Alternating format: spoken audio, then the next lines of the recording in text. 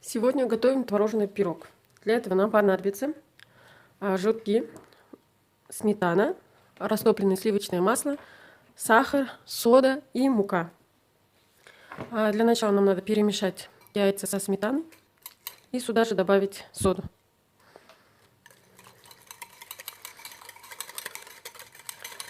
Перемешали.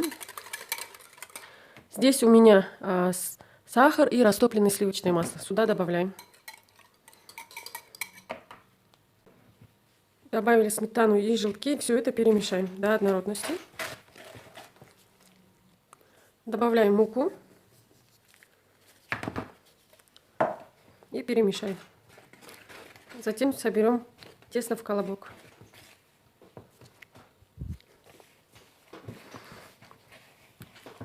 То, что я вам по рецепту написала, этой муки достаточно. Больше муки не ложим.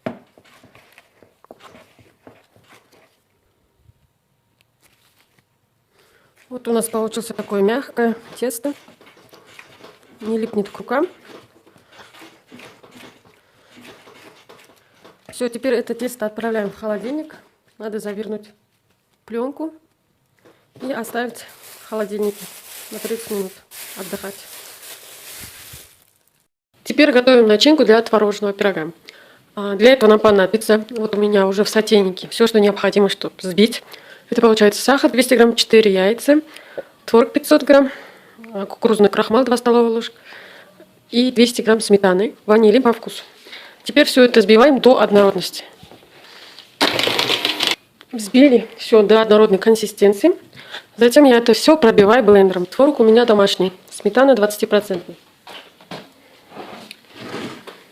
Просто вливаем в блендер и пробиваем до однородности. Если у вас есть погружной, можете это сделать погружным или обычным блендером. У меня блендер для сока, получается, для смузи. Я часть сюда переливаю и пробиваю до однородности.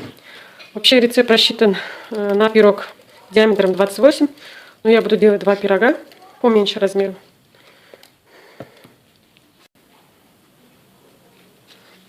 Начинку я пробила через блендер. Начинка всегда может быть разной. Иногда, может быть, начинка будет у вас густой, иногда жидкой, смотря как вы пробиваете и какой творог каждый раз используете. Это нормально. Теперь раскатываем тесто.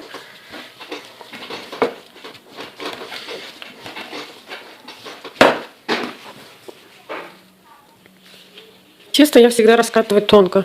Вот примерно так, где-то, может, 2 миллиметра.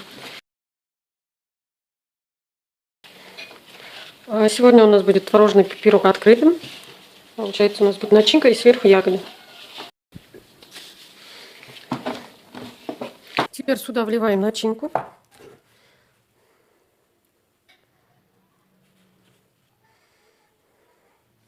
И можете использовать любые ягоды. Замороженные, свежие, какие вам нравятся.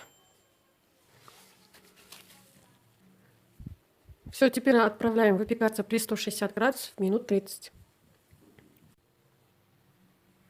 Вот такой у нас пирог получился. Приятного аппетита!